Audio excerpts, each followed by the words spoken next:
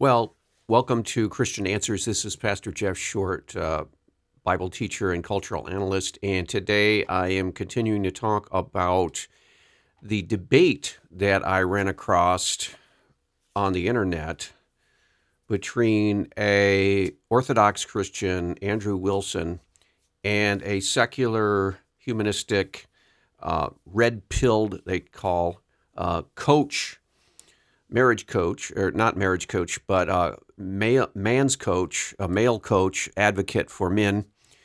And what is his name? It says here on the, let's see, the YouTube page, CGA. So it's Coach something or other on the right. That's who is debating Andrew Wilson, and I don't have his name. I should have looked that up, but it's under the video, Andrew Wilson versus CGA, Is Marriage Worth It? And the reason I want to bring this up is because I did a video a couple weeks ago raising the question, is marriage something, the modern marriage, the way it's structured today, the way that actual marriages function today with the fluid role assignment, there is not a clear male distinctive role and a clear female distinctive role within the marriage structure today. The community context, church offers very little support as far as buttressing a biblical view of marriage. There isn't much community peer pressure for the man and the woman to function properly in the marriage. And so oftentimes, the modern day marriages are just left up in the air. Whatever happens, happens, however they feel. Men and women marry and then they divorce casually. The divorce rate is terrible, awful, hovering around half of all marriages eventually wind up in divorce court. And so people today, a lot of people don't even bother with marriage. They just shack up, live together in sin, totally ignore the biblical model for marriage. And that is my contention, is from reading all of this information and the data and reading stories. The problem is that the biblical model is being ignored, but the name marriage, the simple relationship between a man and a wife, that is being maintained. So you have churches preaching men get married, women get married, women get married. But it's not enough to preach the word marriage. You have to unpack that word, and you have to have a social context with it, and you have to have the clear definition of what is the male's role and the woman's role within the marriage. And then within that context, marriage makes sense. But if you don't have the content behind the word marriage, then there isn't much hope that a marriage can be actual successful today. Because there are successful marriages today, but it's really sad as far as the number of marriages that are actually successful. And a lot of them end in divorce, and a lot of them don't go anywhere. They just sort of fizzle out, and there's just sort of two people living together. But the real biblical view of marriage, the way God created men and women to live, and the institution of marriage established by God in the early chapters of Genesis, that is a viable and workable model even today. But it takes a clear understanding of what the content of marriage is, and it takes a very strong and robust Christian community to support that. Now, at one point in the Western world, the Christian church and the values taught about marriage was a part of the actual culture. So you didn't even have to be a Christian in your heart. Personally, you didn't have to be a very devout person, but you learned what basic marriage was from the culture around you. And 9 times out of 10, if you got married in the Western world, in any of the Western nations, you went to a wedding at the beginning where you were married under the auspices of the church and within the context of the Christian teachings about marriage, and you understood them, and that was reinforced by society, the Western culture, and you just didn't have to learn much about it. You didn't have to think much about it. You just go with the flow, and marriage held together based on a common understanding of what marriage was. But today, everything is messed up and everything's turned on its head. And so the word marriage is still there. And the basic concept of a man and a woman getting together and living together and having children, that's still there. But as far as the actual understanding of the structure and the form of a marriage and the roles of the male and the female and the authority structure and that they're patriarchal, there's a basic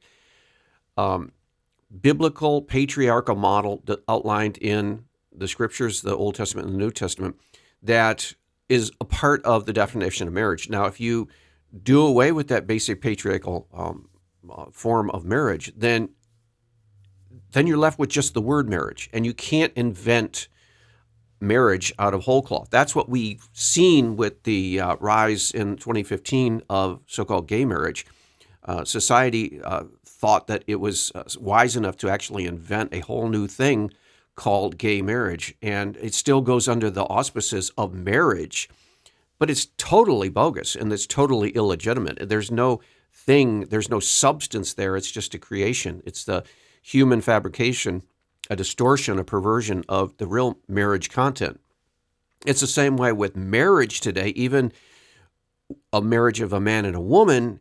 If you don't have the Christian content and you don't have the Christian context outside of the marriage, in the community, in the church, and your surrounding community, then again, it's just a vacuous thing. It's an empty concept. And so I try to explain that and to tell men and women that before you marry, don't think the word marriage will save you, and don't think the word marriage will give you a foundation to build a life together on that won't end up smashed and broken and divorced. Don't think that just by going into what is called marriage, that will keep you from all of the divorce court and all of the mess, the family breakup, splitting up a family, and that's because it won't. The word marriage won't keep you from that.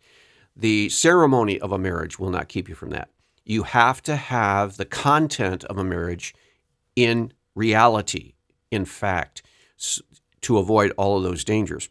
And the only way you can do that is if each one of you, the male and the female, understand what your roles will be in this marriage going forward and what the community's responsibility is in the marriage going forward. Do you have accountability in the community? Do you have church accountability?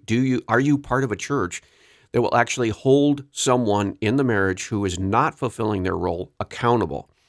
Do you have the structure within your church where the church leaders will actually call the guilty party into the office and say, look, we have heard that you are conducting yourself in this way. That must stop. And are you willing to submit to the discipline of the church leadership? You have to have people in the marriage who are willing to fall under church discipline when they go off the path and get out of the model and the framework for true marriage.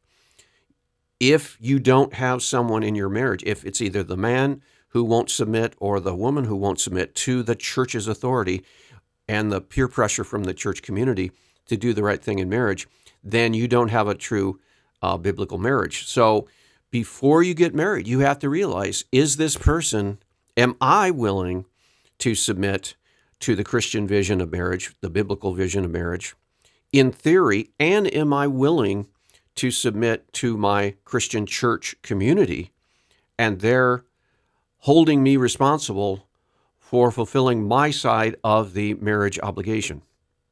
And if you can't honestly say that you are willing to be held accountable by your church community and the Bible, or if your wife, who you are marrying, can't honestly say that she will be held accountable to the biblical understanding of marriage, well, you shouldn't get married, because you're just becoming part of the problem. Because most marriages today, even the couples that decide to get married, are not clear on what a biblical marriage is, and they're not committed to a biblical marriage, and their church community is not committed to holding them committed to that biblical view of marriage. So if you're not clear about this and you're a Christian and you're just hoping for the best and praying for the best and wishing for the best, and you haven't covered all of these grounds before you get married, you are just going to be another statistic. You're no different from the regular masses who are marrying and then divorcing, because even though good intentions, that will not be good enough. Good intentions will not be good enough. The reality has to be there. The structure has to be there. The biblical understanding of marriage has to be there, not only in theory, but in practice. So when I ran across this video debate on YouTube, I was fascinated because the guy on the left, and let me bring that up again, the guy on the left, Andrew Wilson, he is going to argue for the biblical traditional marriage. He's an Eastern Orthodox convert.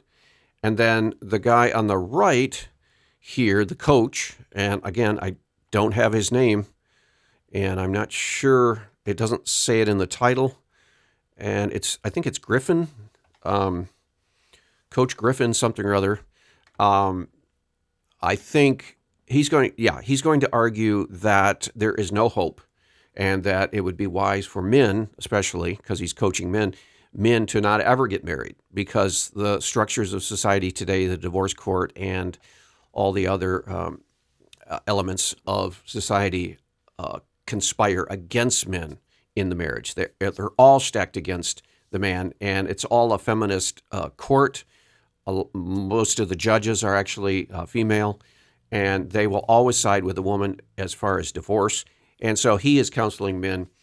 If you look at all of the benefits of marriage and all of the liabilities of marriage, he said the benefits are very lacking and the liabilities are just stacking up high, and it would be foolish for a man to ever marry in the modern context. And Andrew Wilson here on the right or left, he's going to say, no, you can still get married, but you have to do it under the clear auspices of the church, and it has to be structured according to the Bible. So let's jump into this debate and hear what these guys say, and then I'll comment more, because I think this is a good debate. Obviously, I agree with Andrew Wilson on the left, because I believe that marriage is something from God, and we have to push on through and allow the biblical understanding of marriage to triumph over any cynicism that is there even today. So let's roll this clip, and we'll comment on it later. Oh, you don't have to wait for that. Sure, you can bring it in. Let me silence this thing. Did your guy do the update too? What's that? You said your guy was no, updating? my stupid phone. Oh, it's your phone. Oh. So you can confirm it's in airplane mode, so there won't be any cheating. It is in airplane mode. Okay. All right, so we're all good then? Yeah, I just have this up so that that's how I'm going to see my notes. Okay, cool. Let's get this thing going. I'll kick it off. You guys ready? Yep. All right. Do it. Yeah, we're good. Okay, guys, finally getting started. Thanks for being patient. I know there was some delays. We got Andrew here versus Coach Greg Adams, aka the Free Agent Lifestyle. We're going to talk about today, is marriage worth it for men in the West? So let's get into some opening statements. Who wants to start off?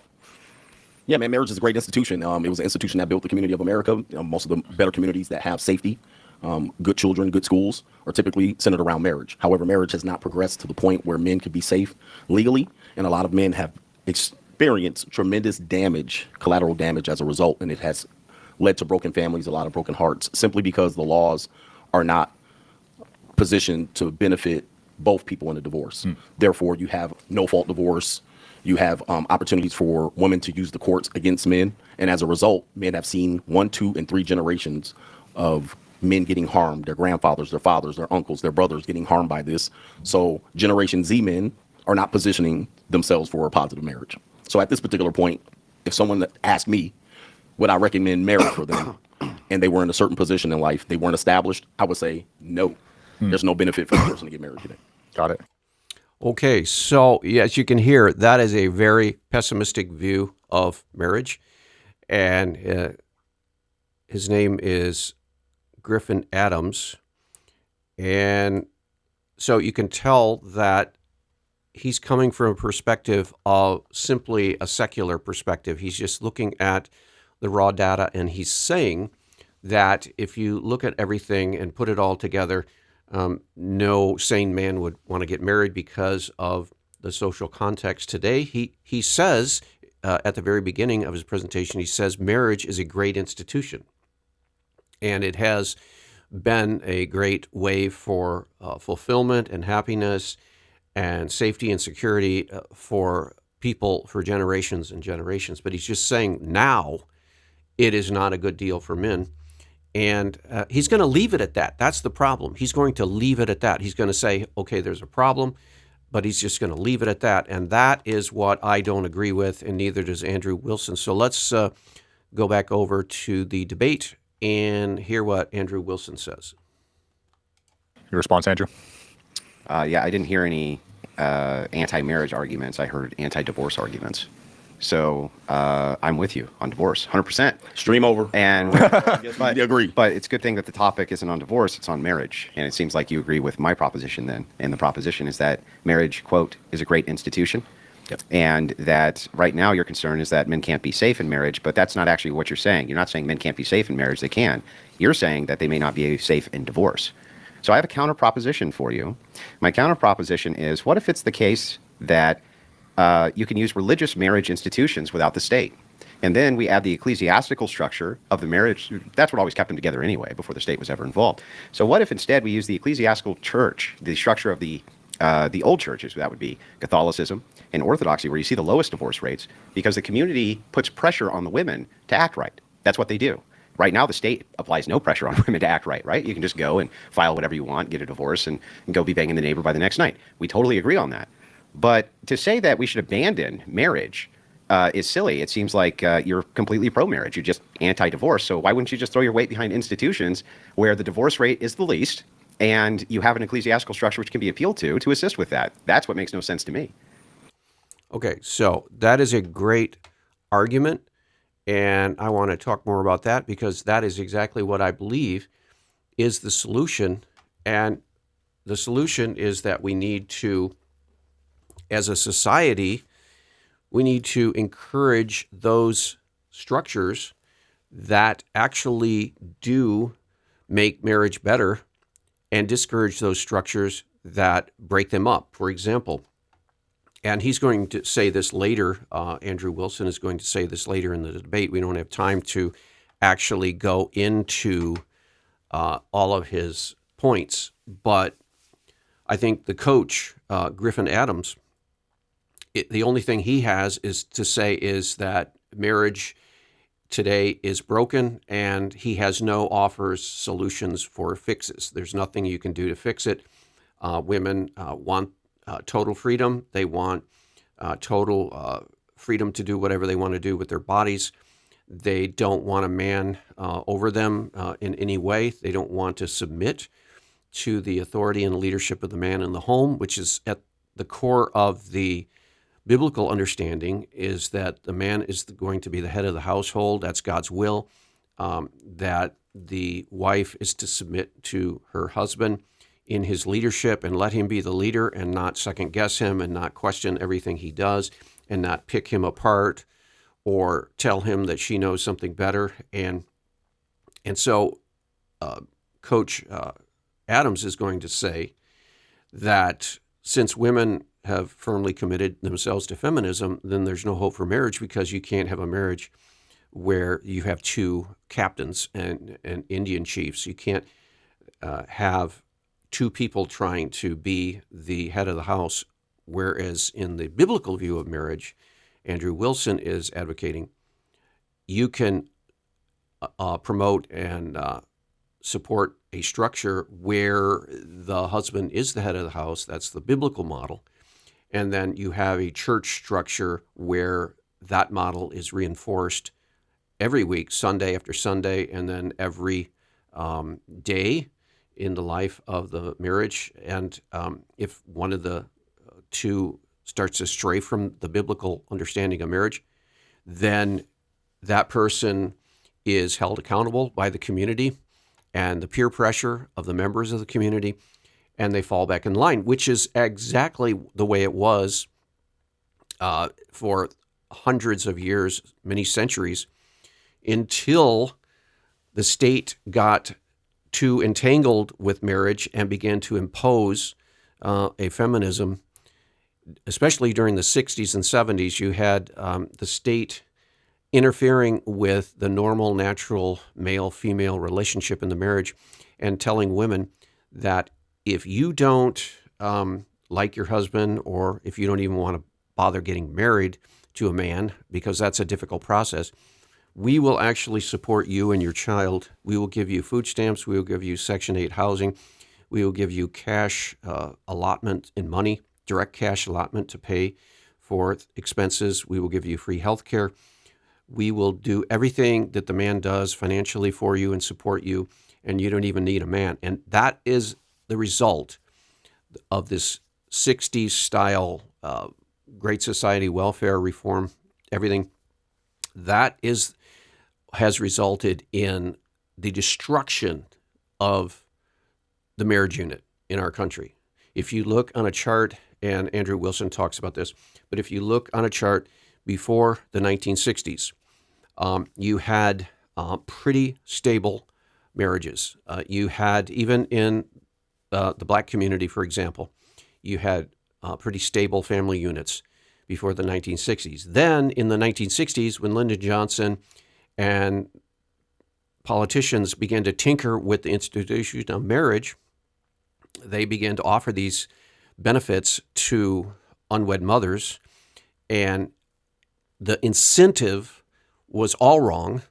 Everything was misaligned. And so you began to get these women who felt, hey, that's not a bad deal. I can bypass the whole marriage thing. I don't have to go through the hard work of finding a husband and finding a responsible man. I will actually just marry the government, and the government will give me everything I need financially that the man would give me. And so that's what they did. And so you began to get the rise of illegitimacy. Right now in the black community, it's like 80% of the families are run by a single parent mother. They're matriarchal. They're not patriarchal, which is the biblical model. They're run by a mother. There is no father in the home. There's no man in the home. Most black women, when they have children, are not even married, and they don't bother to marry.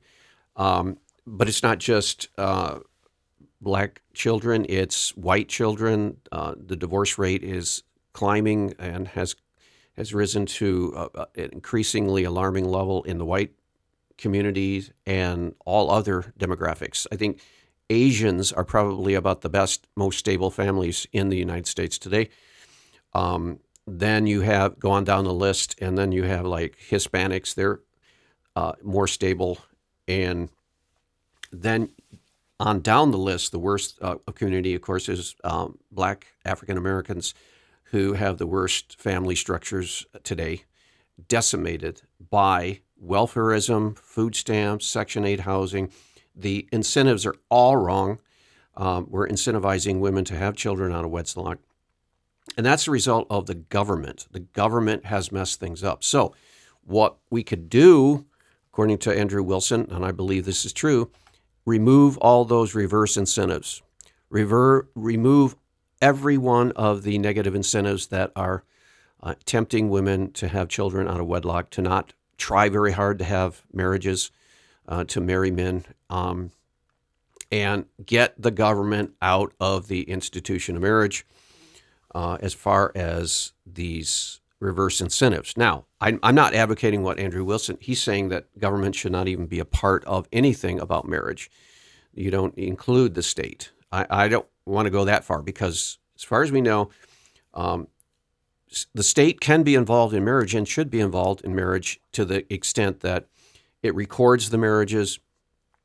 It has a vested interest in marriages because the state actually wants to see marriages succeed. Because if you don't have stable families that marriages produce, then you will have chaos in your nation, and that is a state interest. You don't want chaos. You don't want anarchy. You don't want disorganization. You want strong, stable families, and that would help the state in many, many ways, including when the husband, the man of the house, is working and has a stable job. That's tax revenue, and that produces fewer crimes. And there are all kinds of blessings for stable marriages in the family for the state. So the state has a vested interest in promoting biblical marriage. So I think on a purely pragmatic level, the state should be encouraging a biblical model for marriage and discouraging all the other kinds of marriages through incentives, because those new and novel forms of marriage just don't work. And so this coach, Adams, is just saying, oh, forget about the whole institution of marriage. For men, just don't get married. Well, how is that going to help society, and how is that going to help stable family units when you're telling men right off the bat, it's hopeless. There's no way you can live with a woman in a marriage situation and have commitment. So you just come and go and live as you please. No, that will lead to further chaos. So you want marriage, and you want the state to reinforce marriage in the positive sense, and you want the state to stay out of the disincentivizing of marriage.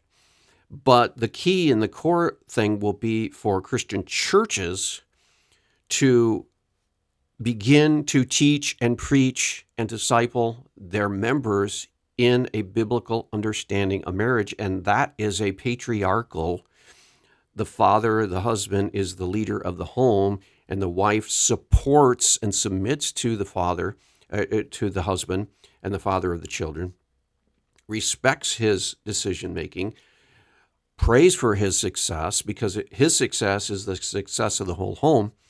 And we need the Christian community to line up with the teachings of the Bible, and then exert a healthy peer pressure on those couples that are not following the biblical understanding of marriage. So if you have someone, for example, like a Sarah Palin, who was at the time running with John McCain, and she was selected as the vice president, and she had all these kids in the home.